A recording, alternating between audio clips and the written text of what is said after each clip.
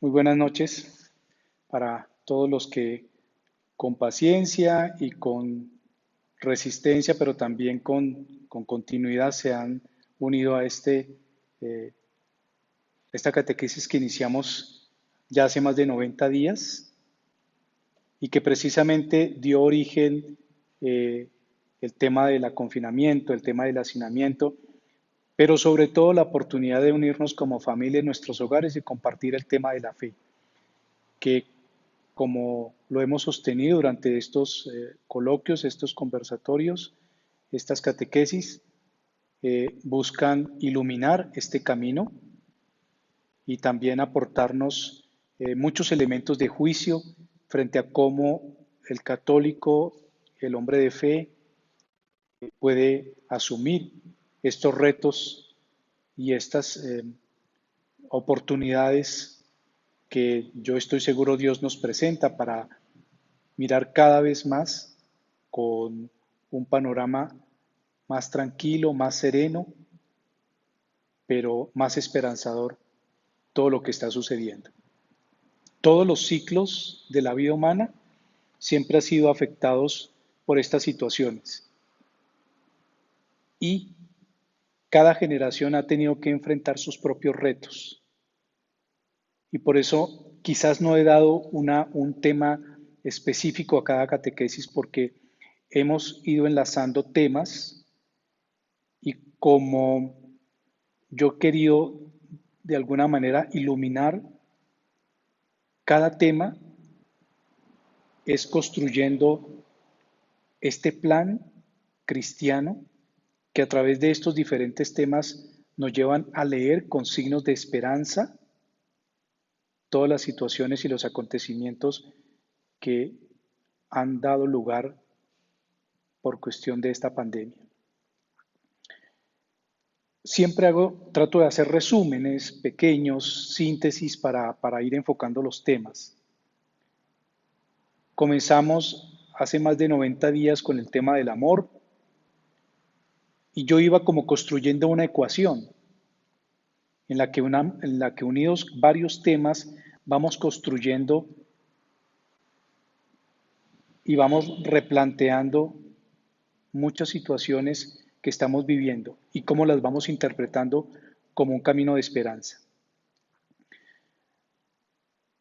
Habíamos tocado el tema de la libertad en la anterior catequesis, que creo que fue el 11 de junio, la anterior, y vamos dándole a cada tema, vamos incluyéndola dentro de esta ecuación que yo la llamo, para ver hacia dónde vamos a llegar. Entonces arrancaba yo con el tema del amor, más la esperanza, eso nos daba una vida bienaventurada. Y cuando tocamos el tema de la esperanza, abrimos también esa ecuación de la esperanza, el tema de la esperanza, a otros temas que se nos iban uniendo. La libertad, la gracia de Dios y la decisión nuestra. Entonces, vamos construyendo la ecuación. El amor más la esperanza nos da una vida bienaventurada. De donde la esperanza también tiene unos elementos interiores que son la libertad, el juicio moral, el don de Dios, todo eso nos da la esperanza. Entonces, el amor más la esperanza, más la libertad que nos proporciona la decisión, igual salvación. Entonces, la libertad tiene a su vez dos elementos fundamentales en la vida de fe. Cruz y kairos. Eso es redención. Todo esto, mire cómo nos va dando a nosotros la seguridad de que Dios tiene un plan y nos lo va alimentando en cada proceso de nuestra vida. Entonces, construimos nuestra vida. ¿Cuál es el plan de Dios? Mire cómo se va construyendo. El amor, Mas la esperanza contiene la libertad, el juicio moral y el don de Dios. Dentro del don de Dios está Cristo como Salvador y Dios como acontecer. Esto se llama redención. Cerramos ese paréntesis en el que está nuestra libertad y eso nos da decisión. Todos esos elementos son los que confluyen para tomar una decisión. Y eso es igual a salvación. Entonces mire cómo nosotros entendemos que la fe tiene un proceso muy constructivo de parte de Dios hacia cada uno de nosotros. Conversión, ¿qué significa? Que como en cualquier obra de ingeniería, uno tiene que entrar a evaluar la construcción y mirar sobre qué énfasis va a reconstruir o trabajar esos cimientos construidos. Todo esto es lo que constituye ese elemento integrador de la fe cristiana. Hay una frase que algunas personas me decían en su momento para resumir esto de una manera un poco sencilla. Me decían, padre, católico ignorante, futuro protestante. Yo pienso que un católico debe estar abierto al debate, a la discusión, pero no a la rebelión. O sea, si nosotros hemos caminado la fe, hemos madurado la fe, el Señor, ¿qué ha hecho con nosotros? Lo que hizo con los apóstoles, formar discípulos. ¿Y un discípulo qué hace? Enseñar. Nosotros, cada uno de los bautizados, en esa triple función de ser sacerdotes, profetas y reyes, estamos llamados a ser maestros de la fe, a enseñar la fe. No podemos argumentar o arguir que porque la persona ya está muy viejita o está muy jovencita o no le interesa el tema, no podemos obviar la formación. Esto sí que es importante, o sea, lo que cada uno de nosotros hace en la iglesia es formarse para ser formador. Y eso es lo que significa la palabra discípulo. Tanto que hemos repetido esa palabra en nuestra iglesia, discípulos, discípulos misioneros, una comunidad evangelizada y evangelizadora. Eso es lo que significa. Nosotros no podemos quedarnos en las estructuras cómodamente, bien sentaditos. Hay que formar la comunidad. Así la comunidad no esté de pronto interesada. Yo no sé si Pedro, cuando lo llamó el Señor, si el mismo Bernabé o el mismo Pablo estaban convencidos de lo que estaba pasando. El caso es que si uno mira a los discípulos, pasaron de ser discípulos a ser formadores. Y Pablo VI les decía a ustedes hace 8 días, Pablo VI nos decía muy clarito, ¿la iglesia para qué está? Para evangelizar. No con eso quiero decir que las prácticas de piedad religiosa no sean importantes, pero sí quiero tocar ese tema porque Jesús sí lo hace de una manera muy concluyente en la Sagrada Escritura. En el Evangelio de Mateo, después de que Jesús hace su plataforma de plan de salvación, de las bienaventuranzas, allá en el monte de las bienaventuranzas, y comienza que esto ha sido el tema de las enseñanzas del Evangelio de Mateo estos días, en esta semana, comienza a enseñarle a sus discípulos a través de parábolas. ¿Qué les enseña? El reino. ¿Quién es el reino? Él. ¿Quién es Él? El Dios encarnado. Y entonces cuando termina todo el complejo, la exposición de las parábolas, termina haciendo una pregunta a los discípulos, que esa pregunta no nos la hacemos nosotros, pero hay que hacérnosla. En el capítulo 13, en el versículo 51, pregunta a sus discípulos, ¿lo han entendido todo? Esa palabra es clave. Yo como sacerdote no me puedo concebir simplemente para venir a hacer prácticas religiosas. O sea, intuir que todos ya están convertidos y con una fe fija, veraz y consciente. O sea, yo no puedo partir de ese presupuesto. Si no, no entendería la función sacerdotal. ¿Cuál es la función del sacerdote? Enseñar, administrar los sacramentos y hacer misión. El sacerdote no se puede concebir si no enseña, porque entonces no sería discípulo. Y los fieles, en su condición de bautizados, ya lo repetía yo varias veces, tiene la triple función. Y una función es profética. Y sin hacer una literación soslayada y prejuiciosa, enseñar no es transmitir visiones. Enseñar es anunciar el Evangelio. ¿Y cómo se va a anunciar lo que no se conoce?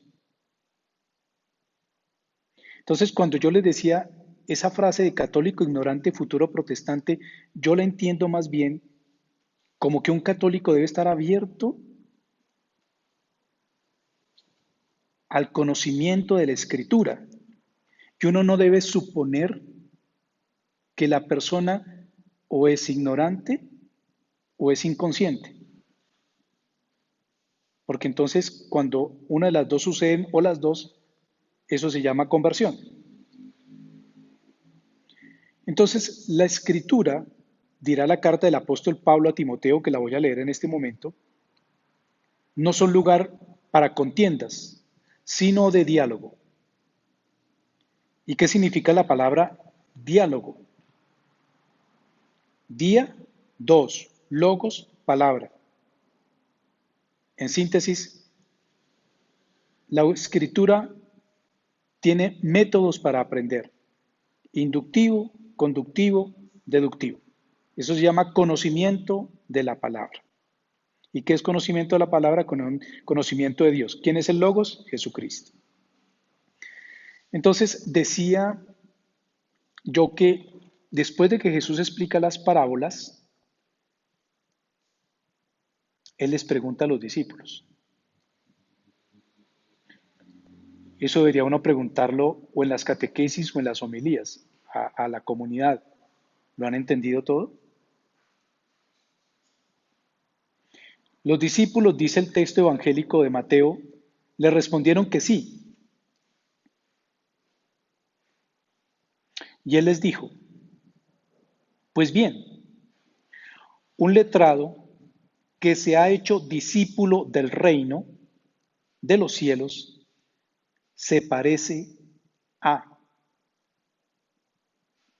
¿Un letrado qué es? Una persona que conoce la escritura. Letrado en el tiempo de Jesús eran los famosos notarios, las personas que transcribían los papiros o escribían y de ahí tomaban los rabinos las lecturas. Un letrado era una persona que no solamente conocía su idioma, sino que también era capaz de traducir otros idiomas. Un letrado que se ha hecho discípulo del reino de los cielos se parece al dueño de una casa que saca de su tesoro, ojo, ya sabemos cuál es el tesoro, cosas nuevas y viejas.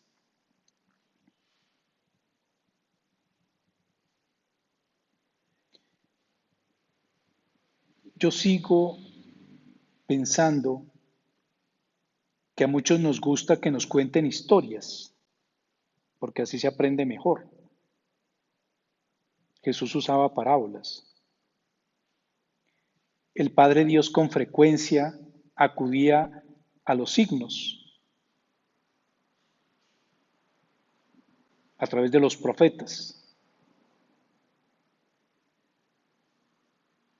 Mire cómo vamos confluyendo todo en este baúl que es el tesoro de la Escritura. El Espíritu Santo, que es el tercer pedagogo por excelencia, comience a enseñar a través de las experiencias, de las vivencias, de las manifestaciones. Entonces todo esto confluye. Jesús enseña,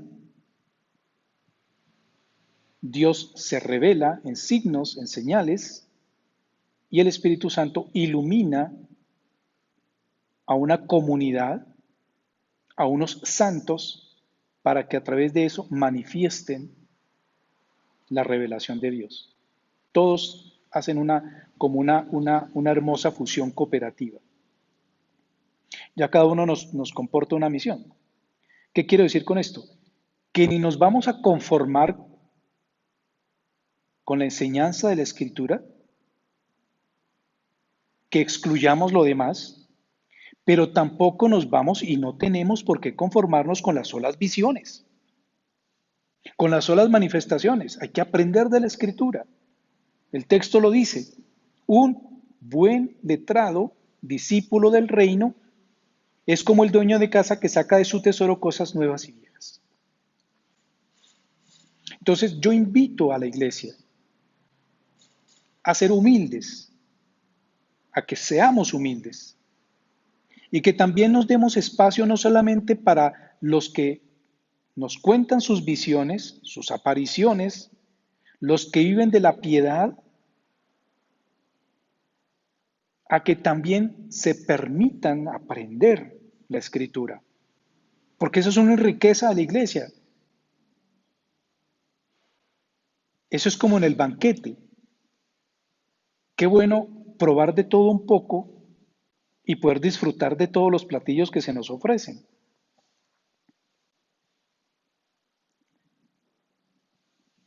Hago un ejemplo un poco rústico.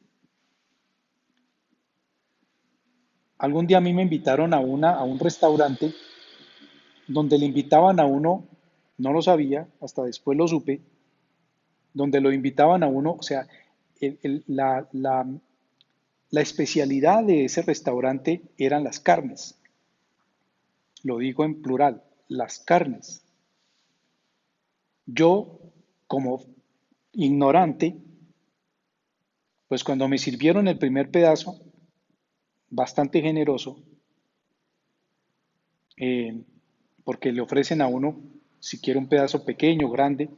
Entonces yo de una vez, no sé, de pronto tenía hambre, pedí el pedazo grande y a mí el que me acompañó no me advirtió. Cuando menos fue que comenzó un desfile de carnes. O sea, una vaca tiene diferentes partes que muchas de ellas pueden ser saboreadas. Y yo como me llené con la primera, cuando comenzaron a pasar y a pasar pedazos de carne, unas eran de yo no sé parte, yo no sé de otra que otra parte, yo no sé de otra parte, pues cuando ya iba en la tercera o cuarta muestra, pues ya dije, hasta aquí llego yo. Y me privé de saborear el resto de las partes. A nosotros nos pasa a veces con la fe igual.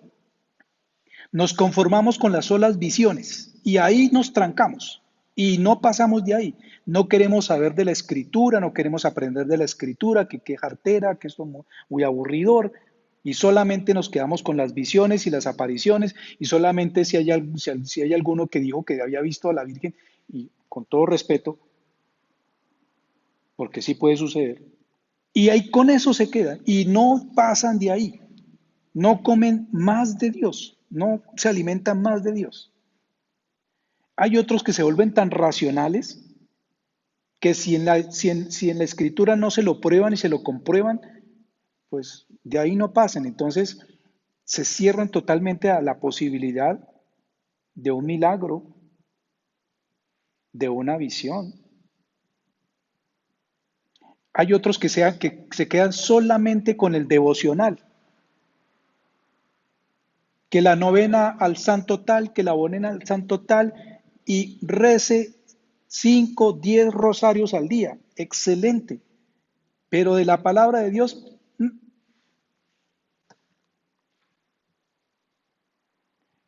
entonces no, es tan hermoso Dios, tan grande, tan sublime, dice Pablo, ancho, profundo, extenso, que no lo alcanzamos a abordar, y nosotros nos damos el lujo de despreciar una a otra, cuando tenemos la opción en la iglesia, que eso es lo bonito de la iglesia, de alimentarnos de la devoción, de la visión, de la enseñanza de la escritura, de los sacramentos, de la oración.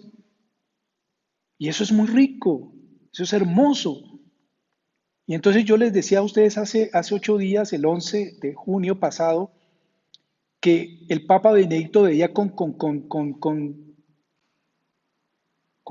preocupación que de la división en la iglesia, porque había unos que se sentían iluminados y hacían su grupito de oración y se olvidaban de la profundidad de la enseñanza y de compartir la fe humildemente con otros. Entonces vimos experiencias lamentables como María Santificadora, donde se les dañó el corazón a estas santas señoras. Entonces la preocupación de nosotros como sacerdotes es que aprovechemos esa riqueza que se llama diálogos y que la fe se aprende desde varios métodos, el inductivo, el conductivo, el deductivo, y que eso no significa entrar ni en debates ni en discusiones, sino en diálogos. Y eso lo va a decir la carta de Pablo a Timoteo. A ver si la tengo por acá. Es la segunda carta del apóstol Pablo a Timoteo.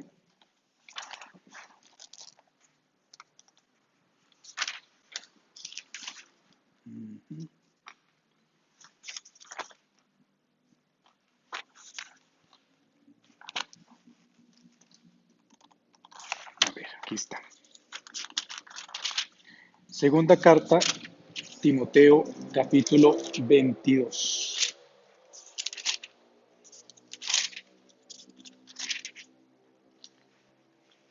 Capítulo segundo, versículos 22 al 26. Dice lo siguiente: huye de las pasiones juveniles, procura la justicia, la fe, el amor, la paz con todos los que invocan sinceramente al Señor. Evita las discusiones necias y carentes de sentido, teniendo en cuenta que generan peleas. Un siervo del Señor no ha de pelear, antes bien debe mostrarse a todos modesto, buen maestro, tolerante, capaz de amonestar con suavidad a los adversarios, para que Dios les conceda el arrepentimiento, el conocimiento de la verdad. Así podrán recobrar el juicio y librarse de la red del diablo, que los tiene prisioneros para hacer de ellos lo que quiera. Siempre experimenten estos que son incapaces de comprender la verdad.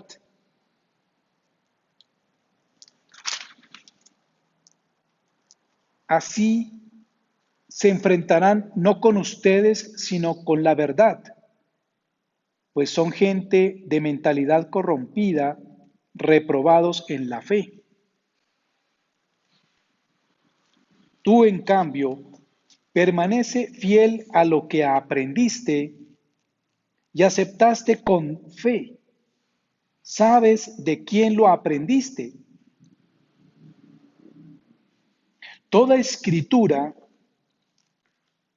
toda escritura es inspirada y útil para enseñar, argumentar, encaminar e instruir en la justicia.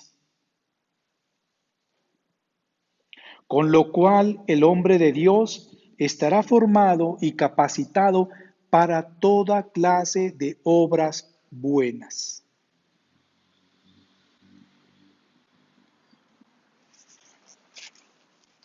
Gracias. Por eso yo sé que de lo que más nos cuesta a todos es sentarnos a escuchar.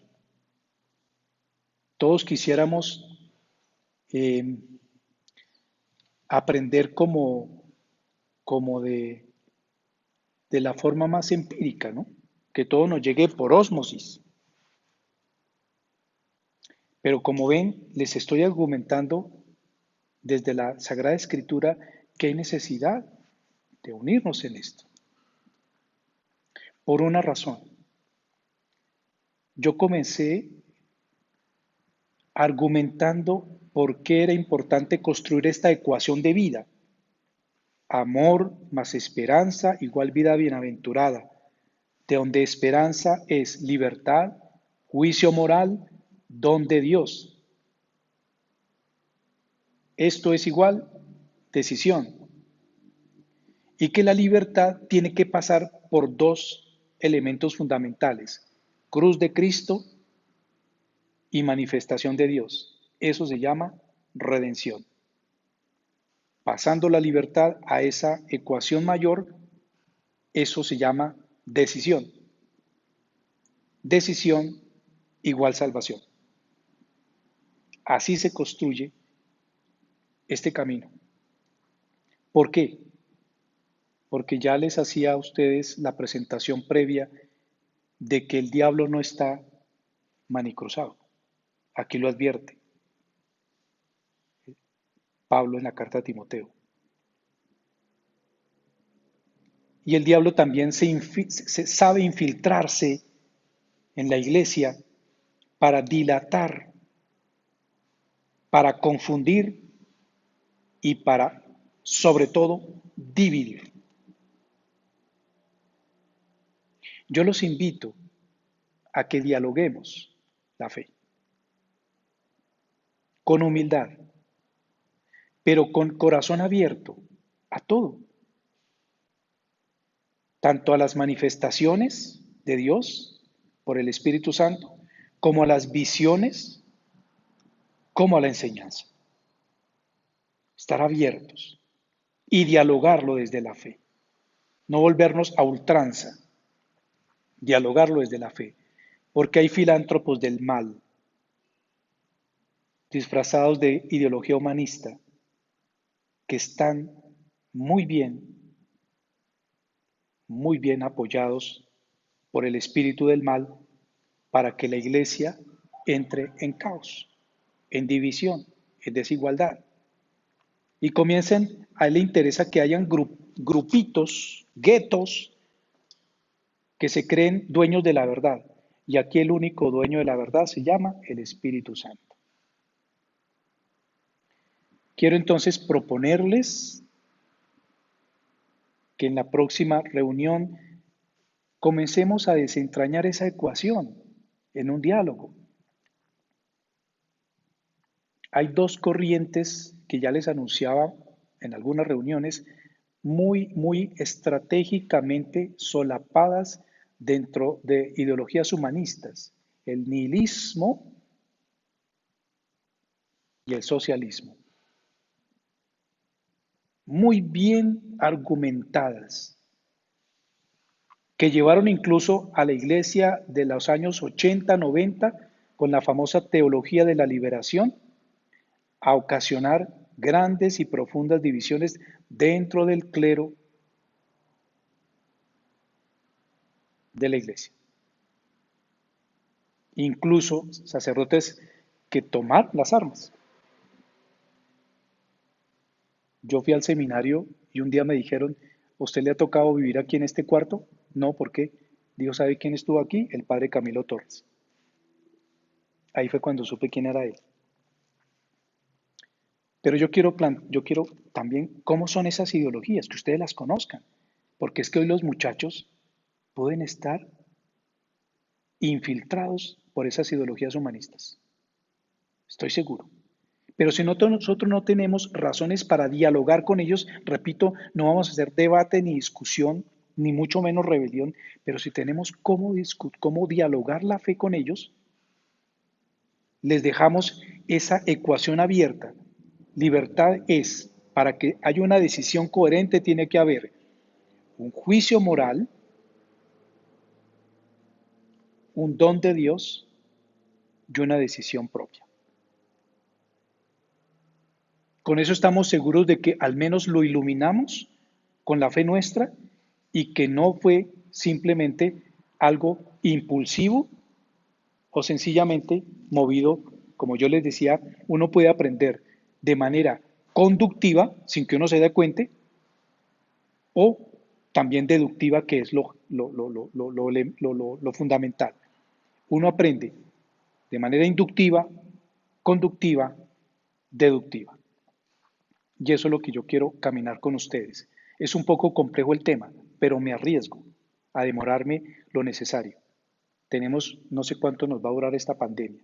Tenemos tiempo para hacerlo. Les propongo eso para que el próximo encuentro me permitan hablarles de esas ideologías humanistas y de esos filántropos que muy bien argumentados, han infiltrado incluso hasta la iglesia de nuestros tiempos. Gloria al Padre, al Hijo y al Espíritu Santo. Una feliz noche para todos y Dios los bendiga.